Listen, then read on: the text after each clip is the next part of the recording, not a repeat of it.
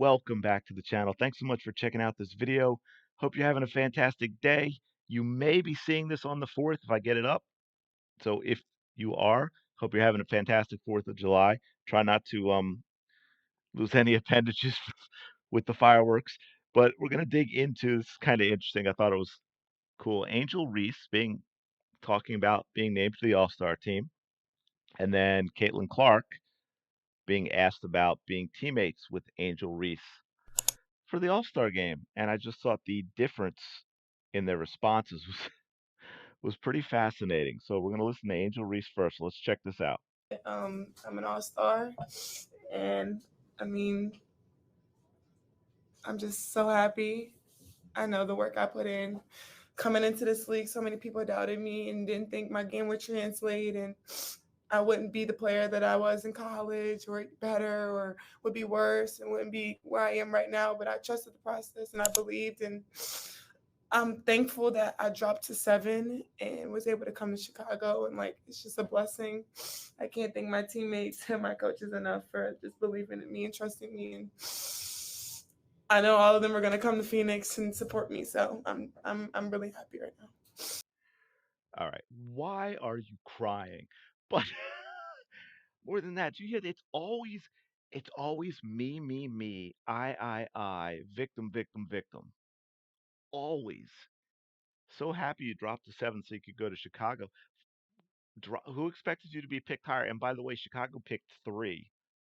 So they could have picked you at 3. You didn't have to drop, although I don't know where you dropped from. But oh, one thing I want to mention after this, I do have a couple of really quick uh, things for you that I thought were actually kind of funny to lighten the mood a little bit, especially after the last video. Although if you have not checked it out, please do. It was the last one I did. It has Caitlin Clark and Kate Martin in the title of the video, so you can just search that or check that. But I think it is worth your time to watch it. But now we're going to go to Caitlin Clark being asked to comment on playing with Angel Reese in the All Star game. Yeah, it'll be like I don't think I've ever been her teammate before, even at USA basketball or anything like that. So I know people are going to be really excited about it, but I hope it doesn't take away from everybody else. Like this is a huge accomplishment for um, everybody on Team USA and everybody on Team WNBA. Like they all deserve the same praise. Like I don't want it to take away from any of that and just be the focal point of All Star Weekend because that's not fair to them. And obviously this is something that's really hard to accomplish. So the best we can celebrate all of them will be great. And just gonna obviously soak in the experience because like you never know if you're ever gonna be able to get back there, and it'll be fun for all of us. Yeah, it'll be. Notice anything different about that? Boom, right away she goes to the rest of the players. The Angel Reese Caitlin Clark story doesn't matter. She doesn't want to take it away from the rest of the players. They worked hard. It was an honor for them. They shouldn't be ignored. It's such a completely the contrast in responses is fascinating, and they couldn't be more different. And on top of that, I got to say, I'm so tired of the media and the questions they ask Caitlin Clark. Have you all noticed that? I've been meaning to do a video on it, but just take some time to try and dig in and find all these different clips. So I'm just gonna say it, and you know, the people who have been paying attention and open minded will be, yeah, that's true, and the others will, if their hate is their hate, and they're gonna hate. So the media abuses her psychologically speaking, passively, because they are constantly asking her questions that are designed to either get a response from her that people can use to attack her, or they're forcing her to constantly praise people who are treating her like crap.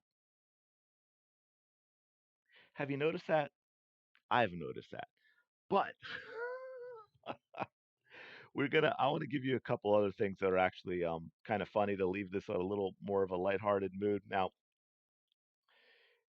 they're being asked here. This is a reporter's talking about the attendance at the Aces game. The what 20,300. So it turned out it was like less than 300, or right around 300 people short of the WNBA record, which was set in '99. Now this is tough to catch.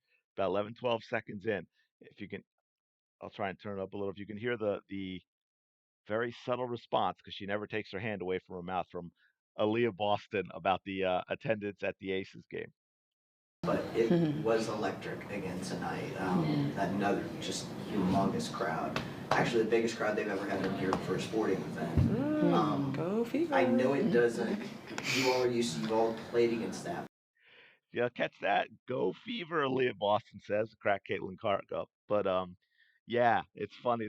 They're getting on board with that. They get it. People are there to see them. People who are enjoying watching Caitlin Clark, they're starting to become fans of players like Aaliyah Boston, which, by the way, has a lot to do with how Aaliyah Boston also has reacted to all this. She has been so good, I think, in how she's handled all the attention that they've gotten because of Caitlin Clark, and she's just been really well spoken in how she answers questions. She's embraced it, and what a lot of other players aren't seeming to get is if you embrace it, it's going to benefit you. And yeah, a lot of people are checking out the WNBA and the Fever because of Caitlin Clark, and the ones who are Caitlin Clark fans and following the Fever now because of her, guess what? They're Aaliyah Boston fans now too. Okay, and I think and Aaliyah gets that, and so I thought that was kind of funny. So I'm going to give you one other thing. I don't know if y'all caught this. I thought this was pretty funny too. Now no one knows who this was actually directed to. I think I'm just guessing, but for me, I think this was directed to her Iowa coaches sitting courtside. That's why I think this was too. But check out, this is the pass from the behind the back pass, the one to Aaliyah Boston for the layup on the break. Hey, Coach Sides, you need to keep running. You need to keep running, Coach Sides. But anyway, so check this out. I thought this was pretty cool. I have one comment.